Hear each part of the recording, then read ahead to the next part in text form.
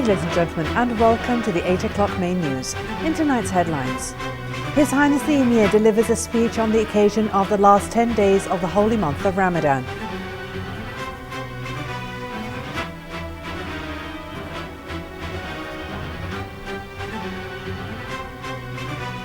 His Highness the Emir receives the head of the political bureau of the Islamic resistance movement Hamas and his accompanying delegation.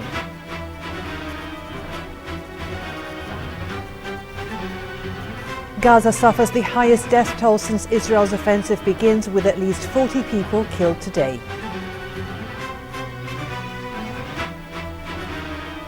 And at least 4 people were killed when a stray rocket hit their house as rival Libyan militias exchanged heavy fire around Tripoli's international airport.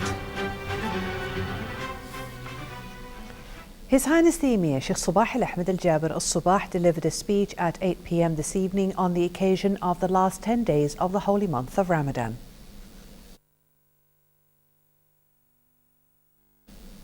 His Highness the Emir Sheikh Sabah Al-Ahmed Al-Jaber Al-Sabah received this morning at Seif Palace His Highness the Crown Prince Sheikh Nawaf Al-Ahmed Al-Jaber Al-Sabah.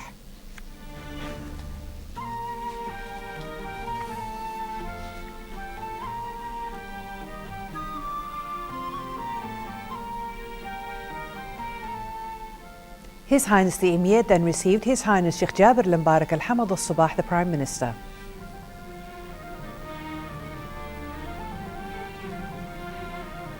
His Highness the Emir also received the Acting National Assembly Speaker Mubarak ibn al-Khrenij.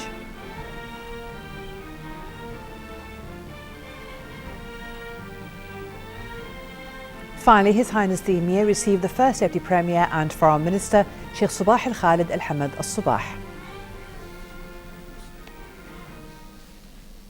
His Highness the Emir Sheikh Sabah Al-Ahmed Al-Jaber Al-Sabah received this morning at Seif Palace in the presence of the First Deputy Premier and Foreign Minister Sheikh Sabah Al-Khalid Al-Hamad Al-Sabah, the head of the political bureau of the Islamic resistance movement Hamas, Khalid Mish'al, and his accompanying delegation currently visiting the country. The meeting was attended by the Deputy Minister of Emiri Diwan Affairs Sheikh Ali Jarrah Al-Sabah.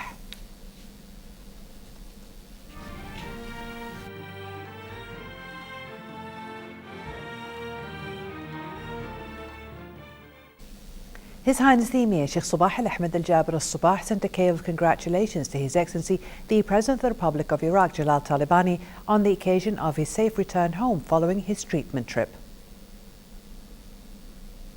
His Highness the Crown Prince Sheikh Nawaf Al-Ahmed Al-Jaber Al-Sabah sent a cable of congratulations to His Excellency the President of the Republic of Iraq Jalal Talibani on the occasion of his safe return home following his treatment trip. His Highness Sheikh Jabir al-Mubarak al-Hamad al-Sabah, the Prime Minister, also sent a similar cable. His Highness the Emir Sheikh Sabah Al-Ahmed Al-Jaber Al-Sabah sent a cable of congratulations to His Excellency the President of the Republic of Colombia, Juan Manuel Santos, on the occasion of his country's National Day. His Highness the Crown Prince Sheikh Nawaf Al-Ahmed Al-Jaber Al-Sabah sent a cable of congratulations to His Excellency the President of the Republic of Colombia, Juan Manuel Santos, on the occasion of his country's National Day. His Highness Sheikh Jabir al-Mubarak al-Hamad al-Sabah, the Prime Minister, also sent a similar cable. His Highness the Crown Prince Sheikh Nawaf Al-Ahmed Al-Jaber Al-Sabah received this morning at his Seif Palace Diwan His Highness Sheikh Jabir al-Mubarak al-Hamad al-Sabah, the Prime Minister.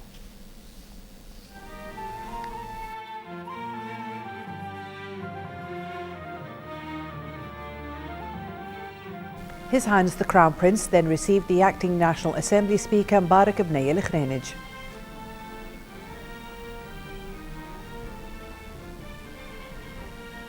His Highness the Crown Prince also received the Deputy Premier, Minister of Interior and Acting Minister of Awqaf and Islamic Affairs Sheikh Mohammed Al-Khalid Al-Hamad Al-Sabah.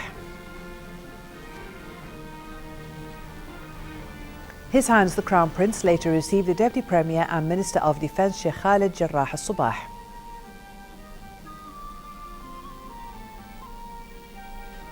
His Highness the Crown Prince then received the Minister of Information and Minister of State for Youth Affairs Sheikh Salman Sabah al-Salim al-Hmoud al-Sabah. Finally, His Highness the Crown Prince received the Minister of State for Cabinet Affairs and Acting Minister of Justice Sheikh Mohammed Abdullah al-Mubarak al-Sabah. The First Deputy Premier and Foreign Minister Sheikh Sabah Al-Khalid Al-Hamad Al-Sabah met today at his office with the head of the Political Bureau of the Islamic Resistance Movement Hamas, Khalid Mish'al. During the meeting, the minister affirmed Kuwait's solid stance in support of the Palestinian people and its condemnation of Israel's criminal and aggressive acts in Gaza, which have led to the killing and wounding of many innocent people, including women, children and the elderly. He also reiterated his calls on the international community to bear its humanitarian responsibility on the issue and to put pressure on Israel to stop its aggression, offer protection to the Palestinian people and to support the efforts aimed at achieving a just and comprehensive peace. The meeting was attended by the Foreign Under-Secretary Khalid Sulaiman Al-Jarallah, the Director of the First Deputy Premier and Foreign Minister's Office, Sheikh Dr. Ahmed Nasser Al-Muhammad Al-Sabah, the Head of the Arab World Department, Abdul Hamid Al-Felchawi, and ministry officials. At least 40 Palestinians were killed as Israeli forces pounded northern Gaza today on day 13 of the deadliest assault on the enclave in 5 years.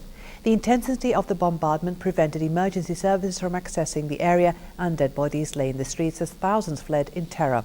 Meanwhile, diplomatic efforts have failed so far to bring an end to the continued bloodshed amid warnings of more attacks. More with the Majd Al-Wahidi from Gaza. On the 13th day of the ongoing military offensive against the Gaza Strip, residents in Al-Shaja'iyya neighborhood spent the bloodiest night so far. Palestinian medical sources said rescue teams evacuated at least 40 dead bodies from destroyed houses. More than 200 injured people were taken to Al-Shifa hospital. Thousands were seen fleeing as Israeli fired shells from all directions. Emergency services were unable to reach the people trapped under the rubble. We are in a historical case. We were working on the killed bloody bodies. All of them children and women, and not fighters against Israel. We are counting on the humanity and the world. Please save us. Fighters from several Palestinian armed factions continue to launch rockets into Israel. Hamas has so far refused to yield in the face of the relentless air, sea and land Israeli attacks. Another 2 Israeli soldiers were killed overnight. Meanwhile, Palestinian medics say the death toll is set to rise after a night of intense attacks on the north and east of Gaza City. Thousands of displaced people have no shelter to seek refuge, and their tragedy is beyond words. We were escaping from one house to another. The bombs were everywhere. When we found another place, they also hit it. There are hundreds of injured people. Only God is with us. As there is no sign of a truce, diplomatic efforts intensified with Hamas's exiled leader Khalid Mish'al meeting Palestinian President Mahmoud Abbas in Qatar to discuss an Egyptian brokered truce proposal. On the ground, though, Gaza's open-air prison could be a closed war zone with grieving souls, as victims remain trapped between bloody bombardment and unbearable suffering. Majd Al-Wahidi, Kuwait TV, Gaza. Heavy fighting erupted today around Tripoli International Airport, where rival militias have been battling for control, killing at least 4 people and forcing thousands from their homes. Local residents and witnesses added that gunfire was heard in residential neighborhoods along the airport road and buildings were damaged in the fighting. Community leaders said militias used heavy anti-aircraft cannons, Grad missiles and rockets in exchanges around the Qasr bin Ghasir neighborhood, trapping some families while several thousand others fled the fighting around their homes. The clashes have all but suspended international flights from Libya, damaged more than a dozen planes parked at the airport, and prompted the United Nations to pull its staff out of the country because of security fears. Egyptian President Abdel Fattah al-Sisi convened an emergency meeting with the country's National Defense Council to discuss internal and foreign threats to Egyptian national security and address counter-terrorism efforts. In a statement, the council vowed to avenge the killings. Meanwhile, the death toll from a brazen attack on a border post in Egypt's western desert along the border with Libya has risen to 22 troops, including 3 officers. President Abdel Fattah al-Sisi, a former military chief, called the assault a terrorist attack and said it would not go unpunished. He also declared a 3-day mourning period. 5 border guards were killed in a similar assault in the same area over a month ago. Indonesia's election commission tallied the votes in the presidential elections from across the country today. More results around 33 provinces will be counted for the official election results to be announced on Tuesday, July 22nd. Speaking ahead of the results announcement, Vice Presidential candidate Yusuf Kalla said cutting fuel subsidies would be a top priority if they got into power. He said this would be done to bring control to the country's widening budget deficit.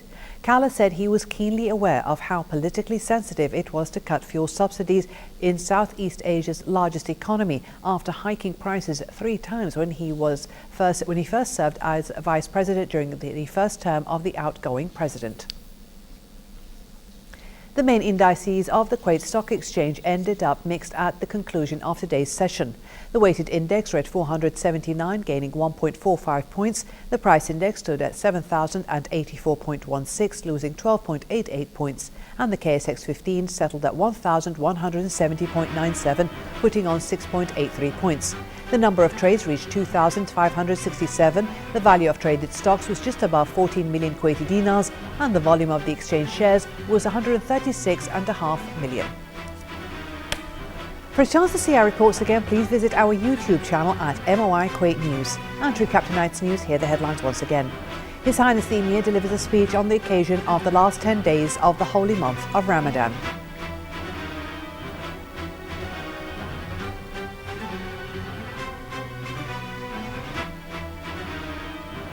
His Highness the Emir receives the head of the political bureau of the Islamic resistance movement Hamas and his accompanying delegation.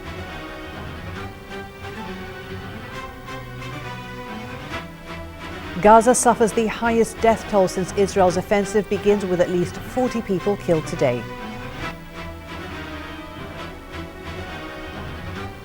And at least 4 people were killed when a stray rocket hit their house as rival Libyan militias exchanged heavy fire around Tripoli's international airport.